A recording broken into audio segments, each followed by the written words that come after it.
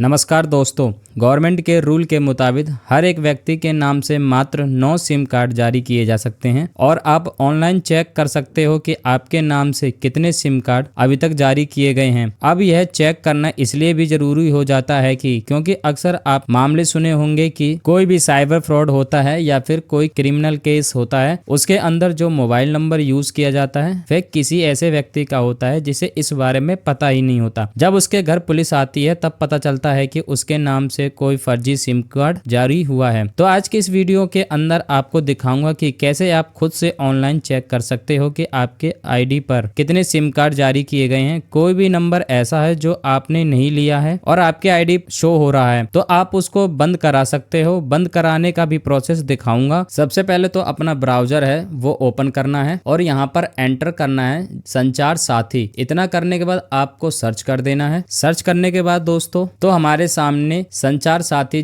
.gov.in जो government की official website है यहाँ पर आ जाएगी। लिंक मैंने वीडियो के डिस्क्रिप्शन बॉक्स में और पिन कमेंट के अंदर भी दे रखा है, जहाँ से आप डायरेक्टली इस पोर्टल पर आ सकते हो। अब यहाँ पर आपको संचार साथी वाले ऑप्शन पर एक बार क्लिक कर देना है। क्लिक करने के बाद दोस्तों अब आपके सामने कुछ इस तरीके का इंटरफेस देखने को मिलेगा। अब यहाँ पर करना क्या है, आपको यहाँ पर आप सभी को कई सारे ऑप्शन देखने को मिल रहे हैं, जो कि पहला है होम और दूसरा है सिटीजन सेंट्रिक सर्विस। तो आपको इसी वाले ऑप्शन पर एक बार क्लिक कर देना है। क्लिक करने के बाद दोस्तों अब यहाँ पर कई सारे ऑप्शन आ जाते हैं, जैसे कि आपका जो मोबाइल नंबर है चोरी हो चुका है तो उसको इसी पोर्टल के जरिए आप सर्विलांस पे आप लगा सकते हैं। उसके बारे में मैंने ऑलरेडी वीडियो बना दिया है, वो आप चैनल में जाकर देख सकते हैं। जैसे कि मुझे चेक करना है कि हमारे नाम से कितने ऐसे मोबाइल कनेक्शन हैं जो चल रहे हैं। अगर हमें रिपोर्ट करना है तो इसके लिए ऑप्शन मिलेगा no mobile connection in your name. तो दोस्तों इस ऑप्शन पर एक बार क्लिक कर देना है। तो दोस्तों यहाँ पर देख सकते हो कि कितने लोगों ने आकर के इस पोर्टल पर कंप्लीट किया है। उनके नाम से अगर सिम कार्ड नहीं है तो गवर्नमेंट की तरफ से उनकी जो रिक्वेस्ट है उसको रिसॉल्व भी किया गया है। सिम कार्ड अगर बंद करने की जरूरत है तो बंद भी किया गया है। तो अब आपको क्या करना है, तो यहाँ पर दोस्तों जिस भी व्यक्ति के बारे में जानना है कि उसके आधार पर कितने सिम है तो उस व्यक्ति का कोई एक पर्सनल नंबर यहाँ पर एंटर कर दीजिए। मोबाइल नंबर एंटर करने के बाद दोस्तों यहाँ पर आपको कैप्चा फिलअप करना है। कैप्चा फिलअप करने के बाद दोस्तों आपको वैलिडेट कैप्चा वाले ऑप्शन पर एक बार क्लिक कर देना है। अब यहाँ पर आप देख सकते हैं आपके मोबाइल नंबर पर एक ओटीपी सक्सेसफुली सेंड कर दिया गया है। उस ओटीपी को आपको यहाँ पर एंटर कर लेना है। अगर आपके केस में ओटीपी नहीं आता तो यहाँ से आप रीसेंट ओटीपी वाले ऑप्शन पर क्लिक करके दोबारा से ओटीपी मंगा सकते हैं। ओटीपी एंटर करने के बाद सिंपली दोस्तों आपको लॉगिन वाले ऑप्शन पर क्लिक कर देना है। तो इस तरीके से आप देखोगे कि हम पोर्टल के अंदर लॉगिन हो चुके हैं। हमारे नाम से हमारे आधार कार्ड को यूज करके जितने भी सिम कार्ड लिए गए हैं सारे नंबर यहाँ पर आपको देखने को मिल जाता है। इनमें से जैसे कि मेरे सामने 4 नंबर दिखाए गए हैं, इनमें से 3 जो नंबर हैं वो मेरे ही हैं, लेकिन एक जो नंबर है इसके बारे में मुझे पता नहीं था। यह जो नंबर है हमारे आधार कार्ड पर शो कर रहा है और यह नंबर हमने इससे पहले नहीं लिया है। तो ऐसा आपके केस में भी हो सकता है। आपने यहाँ पर लॉगिन किया,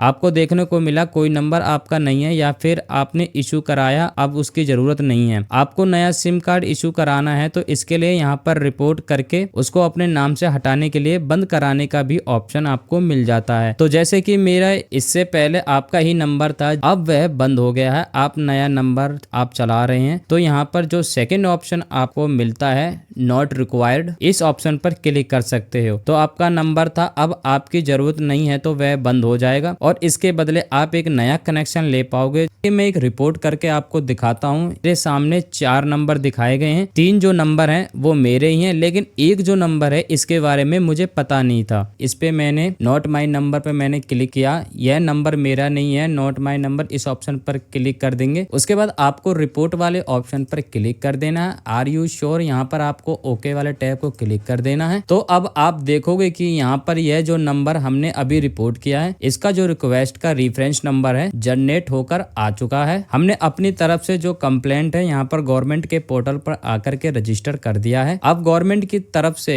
इसको रीइश्यू किया जाएगा। तो यह पोर्टल है बड़े कमाल का, यहाँ पर आकर के आप चेक कर सकते हो। और यहाँ पर सबसे अच्छी बात यह है कि आपने रिपोर्ट कर दिया है तो आपके पास में कम से कम एविडेंस तो है कि आपने गवर्नमेंट के पोर्टल पर रजिस्टर्ड किया है। कल के दिन कोई भी अपराधी मामला होता है, आपका नंबर इसके अंदर यूज होता है तो आपको किसी भी तरीके की कोई दिक्कतें नहीं होंगी। यहाँ पर आप देखो देखोगे कि मैसेज के माध्यम से भी नोटिफिकेशन आ चुका है। जैसे कि हमारी जो क्वेरी है रिजॉल्व होगी तो हमें उसका भी अपडेट मिल जाएगा। अगर हमें चेक करना हो पोर्टल पर अपना जो स्टेटस है तो यहाँ पर फिर से आपको सिटीजन सेंट्रल सर्विस वाले ऑप्शन पर क्लिक कर देना है। अब आपको तीसरे option no mobile connection in your name, इस पे फिर से क्लिक कर देना है। क्लिक करने के बाद दोस्तों आपको फिर से इसमें लॉगिन हो जाना, अपना मोबाइल नंबर एंटर करना है, उसके बाद कैप्चा फिलअप करना है और ओटीपी डालने के बाद लॉगिन हो जाना है। आप सभी के सामने उसी तरीके का इंटरफेस आएगा। यहाँ पर जैसे कि जस्ट हमने कंप्लेंट को रजिस्टर्ड किया है तो यहाँ पर हम रेफरेंस नंबर को एंटर करेंगे, उसका जो स्टेटस है ट्रैक करने का ऑप्शन मिल जाता है तो इस पे मैंने दर्ज किया है और यहाँ पर ट्रैक के ऑप्शन पे क्लिक किया है। तो यहाँ पर आप देखोगे कि जस्ट अभी कंप्लेंट जो रजिस्टर्ड किया है, जैसे गवर्नमेंट की तरफ से इस कंप्लेंट को रिसॉल्व किया जाएगा तो उसके बाद में ये जो नंबर है हमारे लिस्ट से हट जाएगा। दोबारा से अगर हम कभी भी आएंगे तो वो जो नंबर है हमें देखने को नहीं मिलेगा। तो यह था कंप्लेंट प्रोसेस। इस तरीके से आप चेक कर सकते हो कि हमारे नाम से अभी तक कितने ऐसे सिम कार्ड हैं जो लिए गए हैं और उनमें से कोई भी सिम कार्ड आपका नहीं है। तो यहीं से रिपोर्ट कर सकते हो। अब यहाँ पर जैसे कि आप रिपोर्ट करते हो तो ट्राई की तरफ से जो टेलीकॉम ऑपरेटर है उसको कहा जाता है कि ये जो नंबर है इसकी ई-केवाईसी करनी है और वह अगर ई-केवाईसी टाइमली नहीं कर पाएगा तो उसका जो मोबाइल नंबर है वह बंद हो जाएगा। तो कैसा लगा आज का वीडियो आप सभी को मुझे कमेंट बॉक्स में लिखकर जरूर बताना। चैनल पे नहीं हो तो चैनल को सब्सक्राइब जरूर करना। मैंने इससे पहले एक वीडियो बनाया था जिसके अंदर मैंने बताया था कि मोबाइल अगर आपका कभी भी खो जाए तो उसको सर्विलांस में कैसे आप ऑनलाइन प्रोसेस से लगा सकते। मैं उस वीडियो का लिंक आपको डिस्क्रिप्शन बॉक्स में दे दूंगा। तो चलिए मिलते हैं ऐसी एक नई वीडियो में, तब तक के लिए धन्यवाद। जय हिंद।